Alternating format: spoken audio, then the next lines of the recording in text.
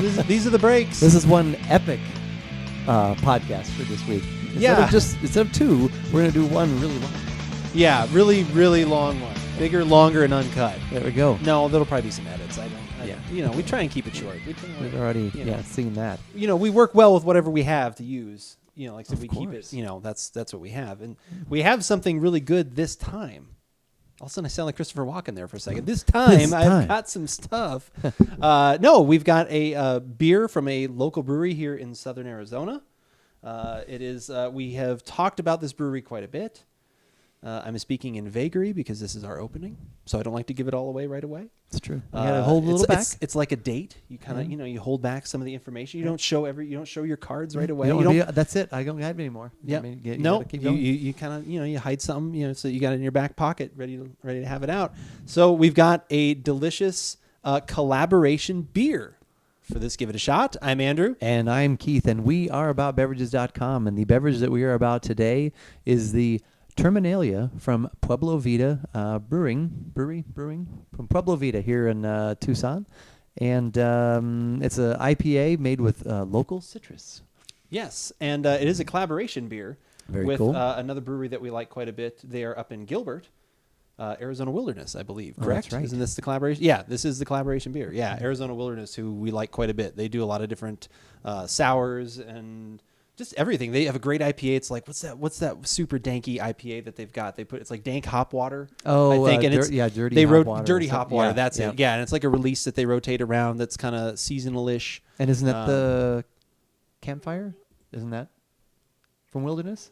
Is the Campfire Stout? The Campfire Stout, is it? I thought that was from Wilderness as well. If it is, then that's absolutely fantastic. Maybe, okay. Maybe maybe we'll have to look that one up. That one, we'll check that out. That one is equally delicious as well. But the beer that we have right now is actually being held by a big fan of the show. He's been around for a little bit now. No, we're glad he's back. Yeah, we're glad he's back. He's he kind of went with some more moody lighting though this time. Like it's not quite the nice lights like we have here to make us look as appealing as possible. Well, he's always looking to make that special appearance, and that's what it's all about for him. Right. So once again, we have him back. We take away that graphic, and we have Phil Collins is back here with the Collins cam. And he's looking at that beverage right there. And look, you can even tell there's some sweat on his brow. He is ready for a nice, cold, refreshing, hopefully juicy IPA. He's got an eye full of Terminalia right there. He does. Oh, my God. Well, if you can grab that can from Mr. Phil Collins. Sorry, buddy. We need that. Oh, that would have been even better. I like that. That's all right. That's good, too. We got both. Okay. All right, Phil.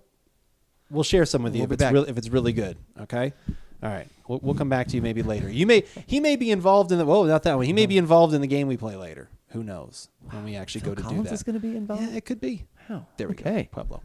All right. We should open this up. Yeah, we should. I was like, what did we not talk about? You guys got this is a special release, and wasn't it just last Friday? And you guys happened to be there, or had it been out before that? This one had been out before. Okay. The special release, I went down with two other fans of the show, Heidi and Jason, two very, very good friends of mine, and we went down to Pueblo Vida on Friday, and the Parallels was what actually came out, and it was for 420 because they did a beer in conjunction with Botanica. It's a cannabis dispensary here in Tucson, and I think I poured myself way too much there. That's all right. That's why I'm handing it to you. That's all right. I have to drive. Yeah. But they are a dispensary, and so the two of them got together, and obviously they couldn't put weed in the beer, but couldn't or just didn't want to. Could not. Okay. Well, not if they want to. Is that legally or okay? All right. You want to switch that? Okay. Yeah. We'll switch that up. They could it's not. Delicious. So anyway, but they wanted to make something that was as dank and icky sticky as you could get out of something like that. So that was what they were going for. Oh, okay. So I bought one of those, and I bought a 4-pack of this, and I got you a 4-pack of this as well. Correct. So truth be told, everyone, we both have had this, just not together. Right. So we both have enjoyed this at some point. We have a little shimmering going on there. Shimmer. Yeah, well, because this beer is pretty, we'll get it more toward the camera there. You can see it's very cloudy, actually is kind of Meyer lemon looking, I would say. Yeah. At least in the light, mine looks a little more lemony. Yeah. Sometimes I get a little more orange, like nectarine kind of thing. Yeah. It's that kind of orangey yellow color. But and this was 4-pack. 4-pack. Pueblo Vida loves their beers, and they think that you should pay for them, which is fine. This is a 4-pack for $20. Yes. Some people that's expensive. Some people it's just right. Yep. Some people it's cheap. Yeah. I'm in between the it's kind of expensive and it's just right. But Because they are 16-ounce cans, like I said. But yeah, 20. If you really like it, like I said, it's a special kind of occasion beer. Perhaps maybe look at it that way. I forgot to mention it is 6.5%. So it's kind of on the lighter side for an IPA, ABV wise. Yeah. But anyway. Okay. All right. So it's one of my favorite things.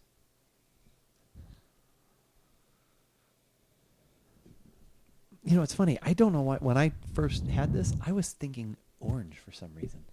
But I think what I'm confused is that lemon and grapefruit. I get the grapefruit in there more than the lemon. Really? I definitely get a pretty strong lemon, and then the grapefruit's kind of under that. They're battling it out for supremacy, but I definitely the lemon for citrus supremacy. For citrus supremacy, exactly. I definitely get like the sweet kind of lemon comes out to me for some reason first, almost like it was like put a little sugar or something on. And maybe there, that's the high note that I get, but the like I said, the fruit that I distinguish more is the grapefruit. But okay, it's there. It smells so awesome. That's the one thing about their beers. Like I said, for the most part, almost all of them always like have a really good, powerful nose. Yeah, and they are kind. A lot of them are very similar in style. Like sometimes that's probably the only knock I would have against them a little bit is sometimes it's like, I'll be like, wow, this is good. This kind of tastes like the one I had last week. Right. And wow, this one's good, but it tastes like that, So that'd be the only knock a little bit is that sometimes their beers are a little on the similar side. But this one, I was glad that it, like I said, I actually didn't have this one there. I took this on recommendation from, like I said, Heidi and Jason. And they said, oh yeah, no, this one's different. And they were right. This one was different. So I was glad I got that one. So, taste, I guess. Yeah. What else we can do with it? Yeah. Why do you drink cold beer on a hot day? What else are you gonna do? What else are you gonna do with it? Cheers reference. Cheers. And that's where I get the lemon. Yeah. Yeah. Yeah, there's a really strong lemon citrus, like juicy flavor in there. With, I think the hops. They must use Citra in here, right? Yeah, I think I saw that. Mosaic and Citra. Yeah, Enigma, Mosaic, and Citra. So Citra already is going to be citrusy, hence the name. But yeah, it's like there's a little bit of like passion fruit or something else in there too, with the actual Meyer lemon that they use and the Citra. And there's a nice. The last couple of beers have had a little bit firmer bitterness too, which I've kind of liked.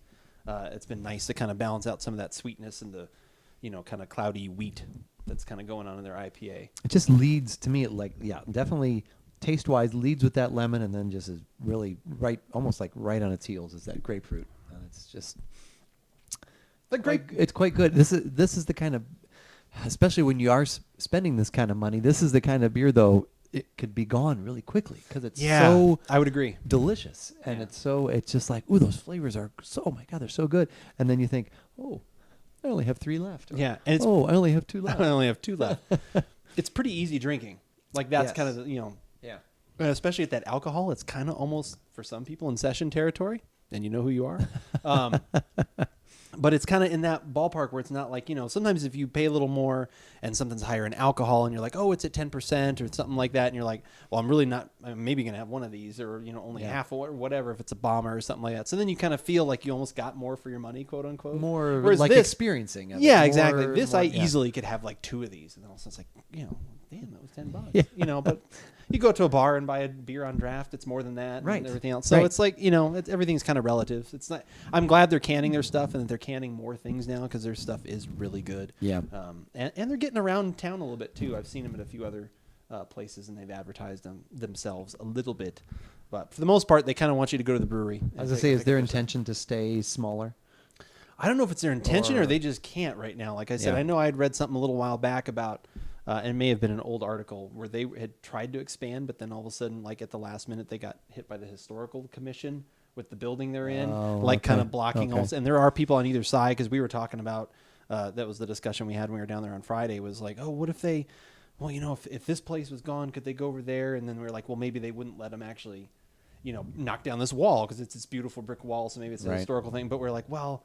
Maybe then if depending on how big that is, you make that only the brewery, you make this just a tap room. There's like a door between the two, like I said, so maybe you wouldn't have to do as much demolition as you think. Yeah. But who knows? Like I said, as of right now, they seem to be doing, like I said, pretty good business, and I really like their stuff. So this is another testament to their Never beers. been down there. I still want to get down. It's a there. cool little Yeah. place. I've heard it's got just a little nice little relaxed vibe, and Yeah.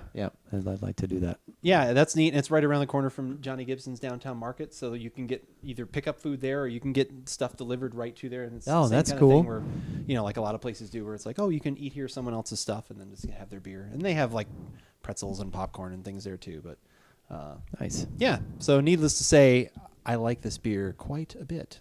And you do not like it. You hate it. You're going to give me your other ones? Yeah, you can have my other two. Or Okay. three. I still have three. Oh, you have 3 left? Okay. All right, I'll take Yeah. those 3 then for free, right? Is that what you're giving me? Yeah, I don't want you to have to pour them down the sink. Yeah, we wouldn't want to have to do that. No, we wouldn't want to have to do that.